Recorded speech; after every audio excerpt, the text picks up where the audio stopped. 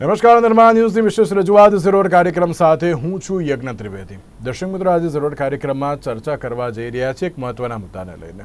દર્શક મિત્રો, જ્યારે ખેડૂતોના પ્રશ્નો સામે આવતા હોય ત્યારે સવાલ પણ એ ઊભો થતો હોય કે આ ખેડૂતોના પ્રશ્નોનું નિરાકરણ કોણ લાવશે, કેવી રીતે લાવશે અને કયા સમય સુધીમાં લાવશે। કારણ કે જ્યારે આપણે ખેડૂતોની વાત કરતા હોઈએ ત્યારે સૌથી મોટો ખેડૂતોનો પ્રશ્ન એક જ જોવા મળતો હોય છે અને તે છે યોગ્ય ભાવ।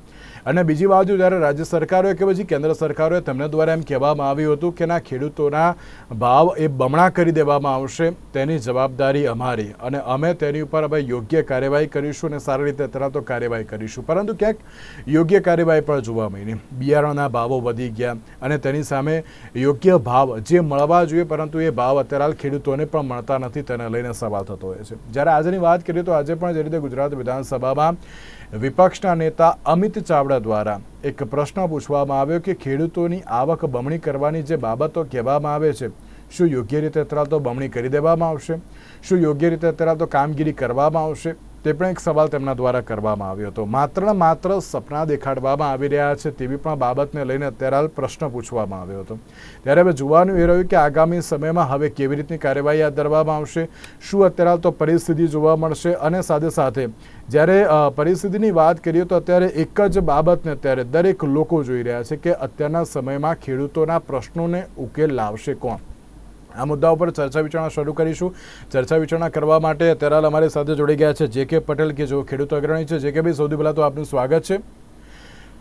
જે કે ભાઈ, જ્યારે ખેડૂતોના પ્રશ્નોની વાત કરી રહ્યા છે ત્યારે ખેડૂતોના પ્રશ્નોને ઉકેલવા અત્યારે તો બહુ જરૂરી જોવા મળી રહ્યા છે, પરંતુ ક્યાં ખેડૂતોના પ્રશ્નો અત્યારે તો ઉકેલાતા નથી। દર વખતે એક જ સવાલ જોવા મળતો હોય છે કે ના, આ બાબતને લઈને વિચારીશું, એની ઉપર કાર્ય કરીશું, પરંતુ ક્યાં કાર્ય જોવા મળતું નથી।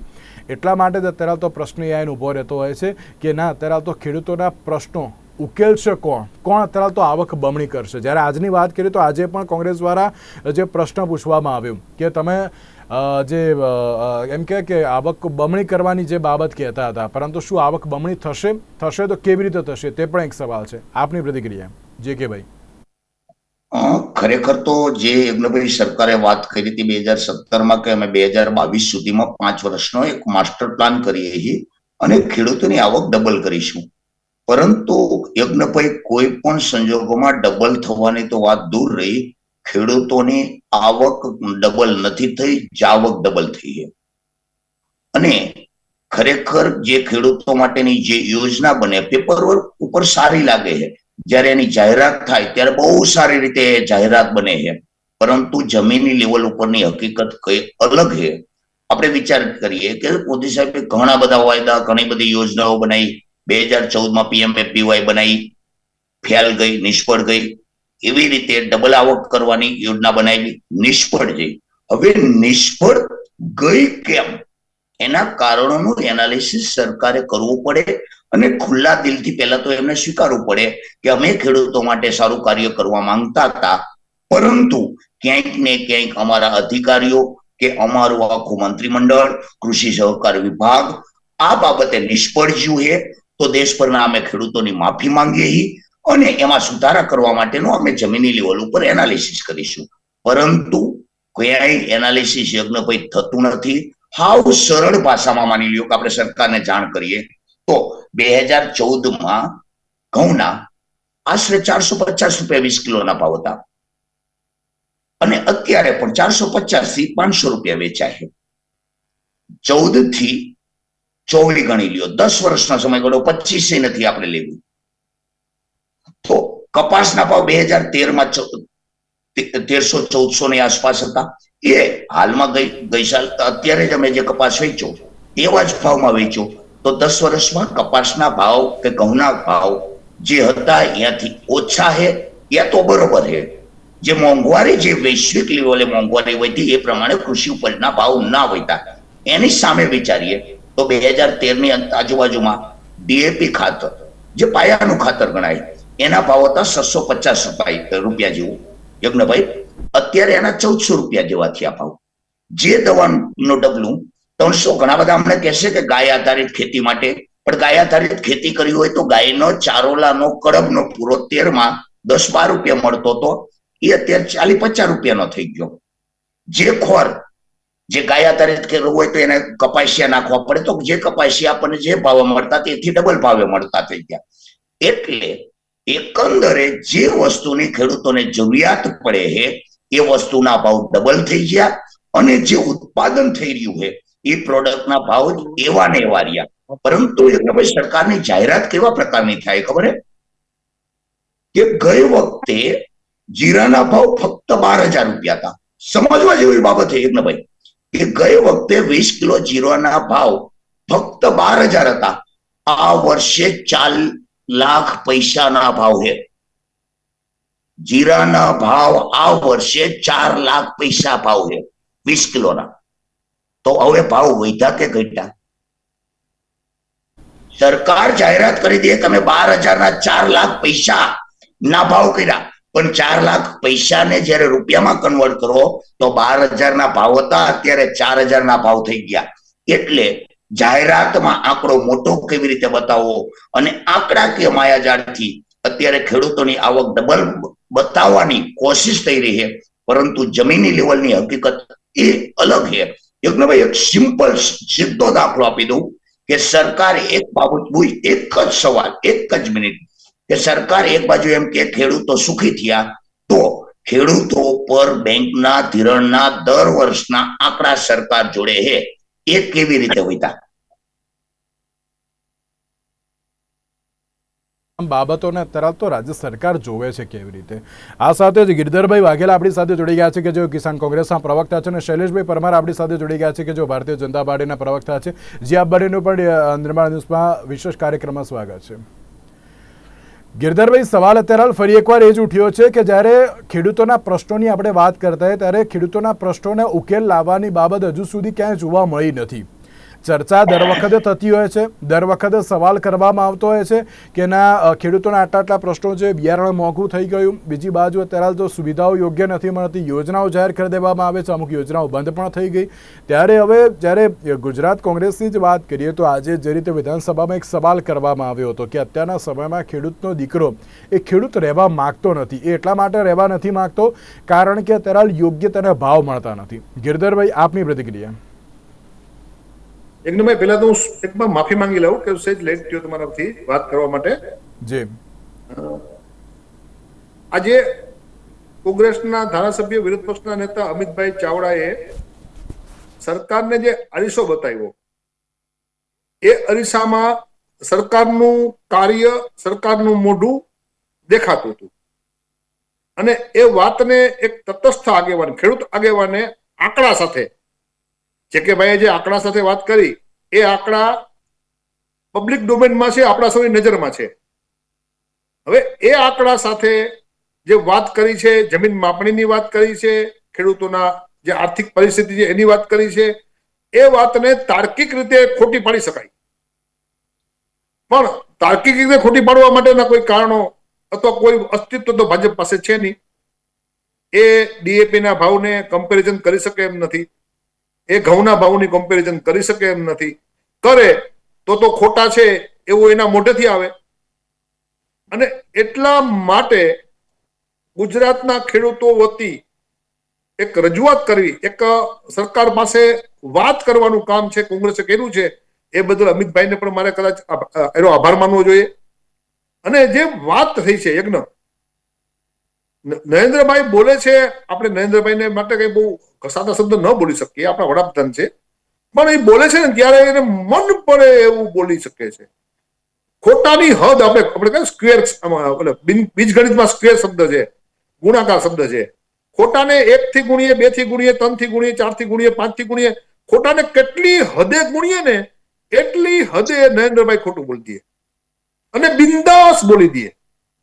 બોલ્યા પછી બીજી વાર જયારે જવાબ આપવાનો થાય ત્યારે એને શરમ પણ ના આવે. એમ ના કે હું ખોટું બોલી ગયો તો મારી ભૂલ થઈ ગઈ, એ બીજું ખોટું બોલતી, ખોટા ઉપર ખોટું બોલ્યા રાખે, અને એમ ખોટું બોલીને એ પોતાનું કામ કરે છે અને ખેડૂતોને ભોળવે છે. યજ્ઞ, જો ભાવની જ વાત હોય, ખેડૂતની આવકની જ વાત હોય, તો સીધી સટ વાત છે એનો ખર્ચ અને એનો આવક, એની બે જ જણ શું છે, એ ખાતરમાં, દવામાં, બિયારણમાં અને ખેડમાં ખર્ચ કરે છે. એની આવક છે ઉત્પાદનમાં થાય છે, એના ભાવથી સ્પષ્ટ થઈ જાય.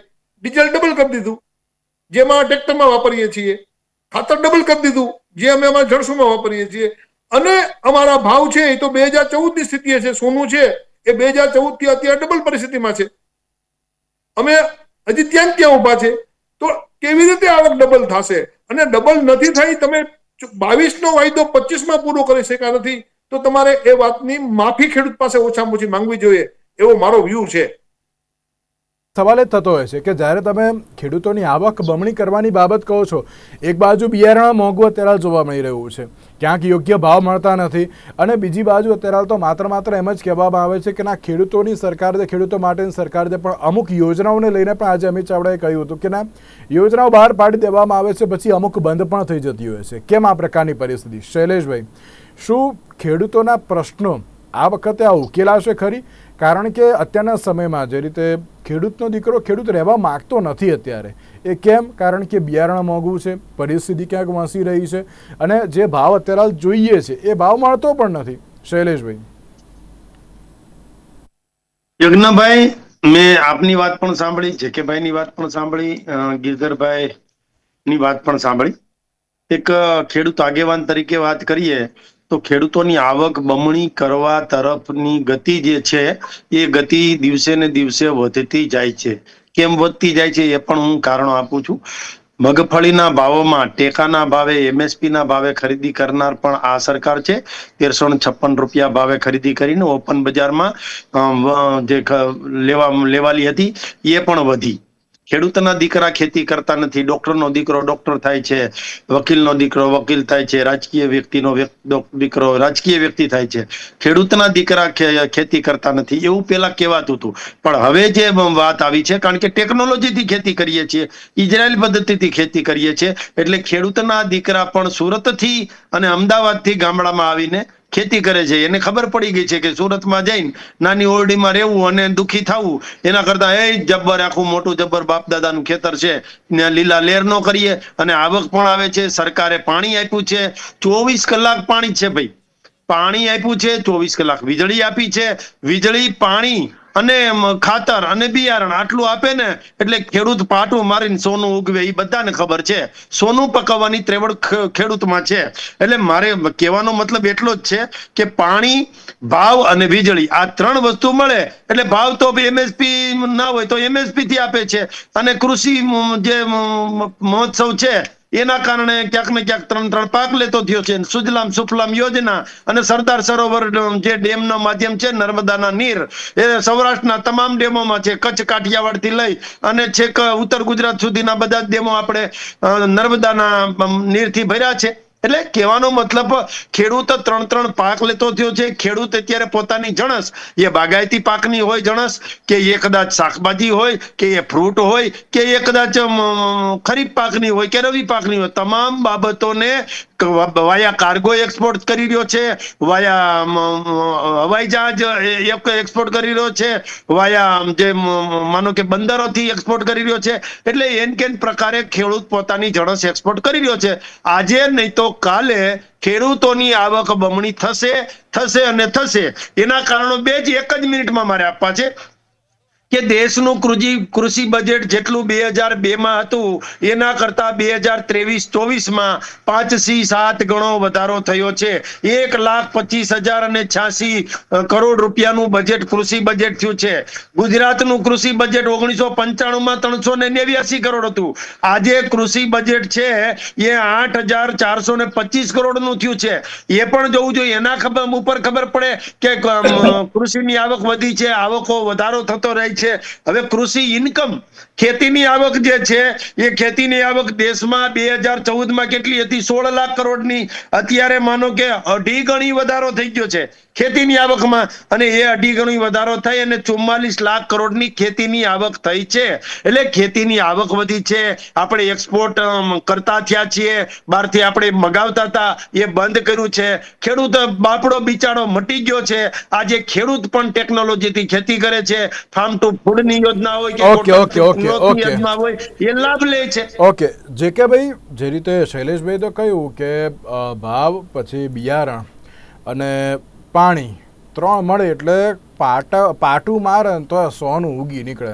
એટલે અમારો ખેડૂત તો અત્યારે બધું જ કરે છે, તો તમે અત્યારે શું કહેશો તેને લઈને? એ તો એમ કહે છે કે ના બધું કરે છે અને તમને ક્યાંક મળે છે આ બધી વસ્તુઓ? ભાઈ, મેં જે 4 લાખ પૈસા વાળી વાત કરી ને એ જ છે. હવે હું મુદ્દાસર વાત કરું, હું ફેકમ ફેંકી નથી કરતો.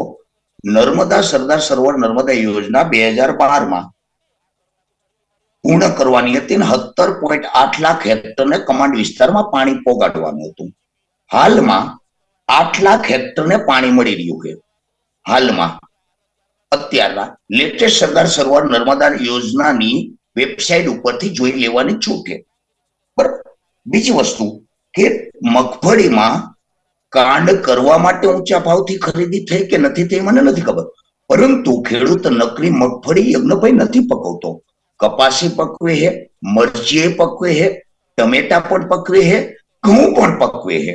ઘઉંના ટેકાના ભાવ અત્યારે કેટલા, રાયડાના ટેકાના ભાવ અત્યારે કેટલા, એરંડાની અત્યારની પરિસ્થિતિ કેટલી. એટલે ક્યાંક એક વસ્ત્ર અત્યારે માની લ્યો કે આ ટી શર્ટ મારું સારું છે, નીચેનું પેન્ટ ખરાબ હોય તો કોઈને ખબર પડતી નથી. રહી વાત એક્સપોર્ટની, તો એક્સપોર્ટ કયા ખેડૂતો કરે ખબર છે? કે જે ઇન્કમ ટેક્સ બચાવનાર બની બેઠેલા આર્ટિફિશિયલ ખેડૂતો. ખરેખર ગ્રોપમાં બધી જ માહિતી મળે છે, પરંતુ ખેડૂતોમાં જે ઇન્કમ ટેક્સ બચાવનાર ઉદ્યોગપતિઓ ખેડૂતો બન્યા છે એ જ બચારો એક્સપોર્ટ સુધી પહોંચ્યો. રહી વાત શૈલેષભાઈની, તો ઘણી બધી ડિબેટોમાં આપણે બધાએ યજ્ઞભાઈ ચર્ચા કરી છે કે સમયસર હાચા ખેડૂતોને યુરિયા નથી મળતું, હાચા ખેડૂતોને ડીએપી નથી મળતું. એટલે જે ટેકનોક્રેટની વાત થાય, બીજી વસ્તુ કે એક બાજુ ટેકનોક્રેટની વાત કરે શૈલેષભાઈ, તો એક બાજુ આત્મા જેવી પ્રોજેક્ટ વાળી સંસ્થાઓ એમ કે આપણે ગાય કૃષિ ઋષિ આપણે ખેતી કરવી જોઈએ. તો ટેકનોક્રેટ ખેતી કરવી કે ઋષિ કૃષિ કરવી? એટલે આ બધી જ વસ્તુને છેલ્લે જોઈએ તો સરકારે વિચાર્યું કે ખેડૂતોને આપણે 3 લાખ રૂપિયા લોન આપીએ વગર વ્યાજની યજ્ઞભાઈ, પરંતુ એનું નિર્વાહ નથી થઈ શકે એમ, એને લોનની વધુ જરૂરિયાત છે. એટલે સરકારે સાચી દ્રષ્ટિ રાખીને 5 લાખ સુધીની જાહેરાત કરી. થોડોક અત્યારે સમય ઓછો છે, મારે હજુ ગિરધરભાઈને પણ એક સવાલ કરો. તો ગિરધરભાઈ, શૈલેષભાઈ તો એમ કહ્યું કે જે મુખ્ય 3 વસ્તુ હતી એ તો અમે આપીએ છીએ, અને ગુજરાતના કે પછી દેશના ખેડૂતોની આવક બમણી કરવા માટે જે પણ કોઈ યોજનાઓ છે, જે પણ કોઈ માર્ગ છે, તેમાં એમ કે પૂર ઝડપે આગળ વધી રહ્યા છે. કોઈ અત્યારે તો પરિસ્થિતિ ખરાબ નથી, બધું સારું જ છે. પણ ભાજપના એક આગેવાને નરેન્દ્રભાઈને ખોટા સાબિત કર્યા, એટલા માટે કે આજે નહીં તો કાલે હવે થશે, આવો શૈલેષભાઈનો શબ્દ હતો. નરેન્દ્રભાઈ તો 22 નું કીધું હતું, 22માં થઈ જશે. હજી 25માં થઈ નથી, એ તો કબૂલાત થઈ. અને બીજું એટલે તો હું યજ્ઞ બોલ્યો હતો કે તમે કોઈ એવી એક વસ્તુ કયું બતાવો કે જે 2014માં જે ભાવ હતા એ કરતા આ વખતના ભાવ બહુ વધી ગયા છે. એવું એક જણસ તો બતાવો. 2014માં ભાજપના પ્રમુખનું ભાષણ મને બરોબર યાદ છે. એ એમ કહેતા હતા કે કપાસના 1400 રૂપિયા મણ એ તો બહુ ઓછા કહેવાય, એ તો ખેડૂતને અન્યાય કહેવાય. હવે આવું ભાષણ કરનારા આજે 1400 નથી આપતા, તો જો એ વખતે આપણે અને ગિરધરભાઈ વધુ એક બાબત એ પણ આપણે પૂછીશ કે જમીન રીસર્વેની જ્યારે બાબત જોવા મળતી હોય છે, ટેકનોલોજી આધારિત ચલો સર્વે તો અત્યારે હાલ કરી દીધો, પણ એ સર્વેમાં પણ એમ લાગી રહ્યું છે કે ના ક્યાંક રાજ્ય સરકારની ભૂલ અત્યારે સામે આવીને તે પરિસ્થિતિ જોવા મળી હતી. તે પણ ક્યાંક કિસાન કોંગ્રેસે અત્યારે હાલ તો જે તમામ સમક્ષમાં મૂકી હતી. તો શું જમીન માપણીમાં પણ અત્યારે તો વિસંગતતાઓ છે? 2014 નો પેલો પરિપત્ર સુધારવાનો હતો, હજી 25માં સુધર્યું નથી. અને હું એમ કહું છું કે એક ભૂલ સુધારવા માટે નવી 4 ભૂલ કરે છે. અને જે પ્રકારે સુધારાની પ્રક્રિયા છે એ ટેકનિકલ દ્રષ્ટિએ અને કોમન સેન્સની દ્રષ્ટિએ એ રીતે ભૂલ સુધરે જ નહીં. એટલે ભૂલ સુધરતી નથી, બગાડે છે, ખરાબ કરે છે, ખોટું કરે છે, અને ખેડૂતોને અનંત કાળ સુધી મુશ્કેલીમાં મૂકી શકાય ને ખેડૂતોને અનંત કાળ સુધી એકદમ કરીને દબાવી શકાય અને ખેડૂતોને અનંત કાળ સુધી ઓફિસોના ચક્કર કરાવી શકાય ને એવી આ યોજના છે. આ યોજના ભૂલ સુધારાની યોજના આ પૃથ્વી રહીને ત્યાં સુધી ચલાવે ને તો પણ પૂરી થવાની નથી, સિવાય કે નવેસરથી કરે. તમે એમ કહો છો કે ના કલ આજ ઓર કલ એટલે થઈ તો જશે જ એકવાર, એટલે ક્યારે થશે હજુ કંઈ કન્ફર્મ નથી. તમે તો 2022માં કહ્યું હતું, બરાબર. ચલો, આવક બમણી અત્યારે થશે કે નહીં થાય તો અત્યારે બાબત પછી, પણ જ્યારે જમીન માપણીની પણ બાબત જોવા મળતી હોય, રીસર્વેની પણ જે બાબત જોવા મળતી હોય, તેમાં પણ અત્યારે ભૂલ જોવા મળી રહી છે. તમે ટેકનોલોજીના આધારિત સર્વે જો કરી રહ્યા છો, એટલે જમીન માપણી કરી રહ્યા છો, પરંતુ તેમાં પણ વિસંગતતાઓ અત્યારે તો જોવા મળી રહી છે. તેને લઈને પણ જે કિસાન કોંગ્રેસે સવાલ કર્યા હતા, આપ શું કહેશો તેને લઈને?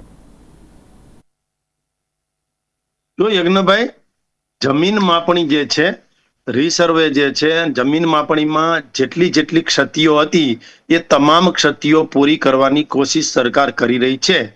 માનો કે આ કેવી વાત છે કે ચંદ્રયાન ઉપર કોઈ ગયું ના હોય અને પહેલી વખત જવાનું હોય તો ટેકનિકલ ખામીઓ આવતી હોય, કેટલી પરિસ્થિતિઓનો સામનો કરવો પડતો હોય છે. પછી જઈને આવે તો એમાં મોડું થાય, વહેલું થાય, પણ જ્યારે જઈને આવે ને ત્યારે બધા અભિનંદન આપે. એટલે મારે એટલું જ કહેવું છે કે જેટલા લોકો જે પાણીમાંથી પૂળા કાઢે છે, આવા ગિરધરભાઈ જેવા લોકો અને એના વડવાઓ જે પ્રકારના તકલીફો અને વાતો કરે છે, એના બધાના મોઢા સિવાય જવાના છે. અમે એક વાત કરી હતી કે ભાઈ ખેડૂતોની આવક બમણી કરીશું, તો અમારી નીતિ ને નિયત તો સાફ છે ને કે અમે બમણી કરીશું, 2022માં કરીશું. એના બદલે થોડુંક માનો કે 2 વર્ષ મોડું થઈ જશે, પણ કરીશું એવું તો અમે કીધું. અમે કીધું કે નર્મદા ડેમના પાટિયા ઊંચા લઈશું, તો લીધા. અમે કીધું 370 હટાવીશું, હટાવી. અમે કીધું